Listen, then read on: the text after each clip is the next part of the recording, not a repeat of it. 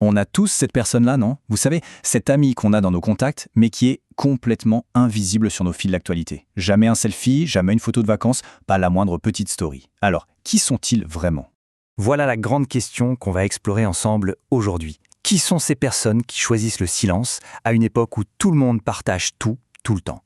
Et si, au fond, ce silence en disait bien plus long qu'on ne le pense?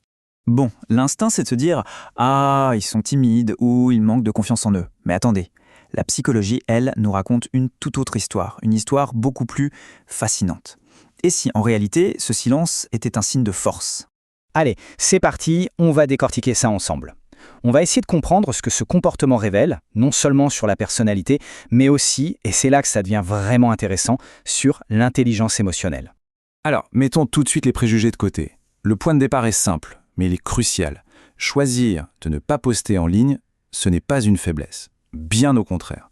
C'est souvent le signe d'une force intérieure bien réelle. La première grande raison derrière ce silence, c'est quoi? Eh bien, c'est un choix. Un vrai choix délibéré. Celui de faire passer sa tranquillité d'esprit avant la course aux likes, avant la validation des autres. C'est vraiment la paix contre la performance. D'ailleurs, les psychologues ont un terme pour ça, l'orientation vers la vie privée. Attention, ça ne veut pas dire être antisocial, pas du tout. Ça veut juste dire qu'on protège activement son jardin secret, son espace mental, de tout le bruit et du jugement constant des réseaux. Et c'est là que ça devient vraiment intéressant. Ces personnes, leur validation, elles la trouvent en elles-mêmes. Elles n'ont pas besoin de poster leur dernier repas ou leurs vacances pour se sentir exister. C'est un signe, peut-être subtil, mais super puissant de sécurité intérieure. Ok, passons à un autre point clé. Comment est-ce que ces personnes mesurent leur propre valeur? Qu'est-ce qui compte vraiment pour elles? Une chose est sûre, ce n'est pas le nombre de likes ou de commentaires sous une photo. En fait, la recherche nous parle de la clarté du concept de soi. Qu'est-ce que ça veut dire? Simplement que les gens qui postent moins ont souvent une idée très très claire de qui ils sont.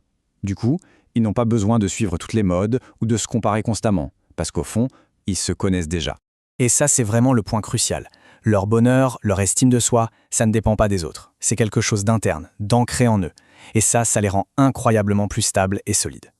Et ça nous amène à un autre concept super intéressant, le lieu d'évaluation interne. En gros, ces personnes se jugent selon leurs propres standards, pas ceux des autres. Elles sont plus introspectives. Elles vont réfléchir et elles ne vont poster quelque chose que si ça a une vraie valeur pour elles. Alors là, cette image, elle résume tout parfaitement. D'un côté, le tableau de bord externe. C'est un peu la course du hamster, non? On court pour avoir l'approbation, pour les métriques superficielles. Et de l'autre, le tableau de bord interne. Là, c'est complètement différent. C'est une marche tranquille, guidée par des valeurs authentiques. La différence est juste énorme. Et enfin, le dernier point, et pas des moindres, la lucidité. Une conscience très claire de ce que sont vraiment les réseaux sociaux. Leur silence, en fait, c'est aussi une réponse. Une réponse à l'illusion numérique. Parce qu'ils l'ont bien compris eux.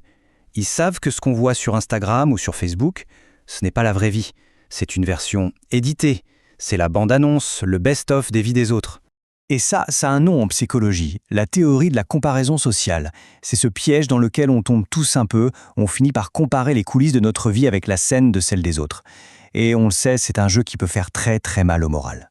Du coup, en restant un peu en retrait, en choisissant de ne pas jouer à ce jeu-là, eh bien, ils se protègent, tout simplement. C'est une forme d'autodéfense pour leur santé mentale. Et on en revient à cette idée centrale. Ils choisissent la paix plutôt que la performance. Ils refusent de monter sur la scène numérique pour jouer un rôle. Ils préfèrent tout simplement vivre tranquillement dans leur propre réalité. Et ça, c'est peut-être l'idée la plus puissante de toutes. Ils n'ont pas besoin d'être vus pour se sentir exister. La validation pour eux, elle ne vient pas du regard des autres. Elle vient du sentiment profond d'être en accord avec soi-même. Et au final, c'est peut-être ça la vraie confiance. Ne pas ressentir le besoin constant de prouver quelque chose. Alors voilà, la prochaine fois qu'on tombe sur le profil silencieux d'un de ces fantômes, au lieu de se dire « tiens, il est timide » ou « il n'a rien à raconter », on pourrait peut-être se poser une autre question.